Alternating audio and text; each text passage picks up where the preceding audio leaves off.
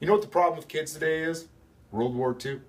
All these soldiers come back, man. They're young. They're 17, 18, 19, 20 years old. They got no life skills. They got a sack full of cum. They got a heart full of rage. First thing they do, they find their high school sweetheart, start going to town on her. You know what I'm saying? And meanwhile, they're doing this. They can't really get jobs except for warehouse jobs. And we're talking back before, regulations are what they are today. So these guys are working their butts off. They're mad because they're making dick. They come home to a wife that, hey, whatever, it's what you do. You get married, you have kids. So they beat their woman after a bad day at work. Then their kids come out and they start beating their kids. So you got all these kids who out their whole childhood are getting their ass handed to them by their mean old man. And then here comes a whole another generation of 2 decades of nothing but drugs and sex and hippie ways. And, oh my God, my dad hit me, so I'm never going to hit my kid. I'm really going to let him do whatever he wants to do, blah, blah, blah, blah. So here's these hippies, all drugged out, shouldn't be spreading their seed anywhere. They're having these kids. These kids are coming out from parents who really kind of didn't want them, don't really pay attention to them, or they spend too much attention to them. There is that other side of the way.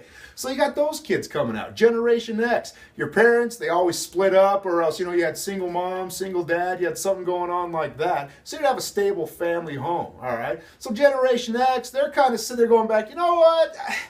My parents are weird. My grandparents are mean. You know what I'm gonna do? I'm gonna maybe punish my kid a little bit more. I'll put him in a corner. I'll take his Xbox away. I'll take his PlayStation away.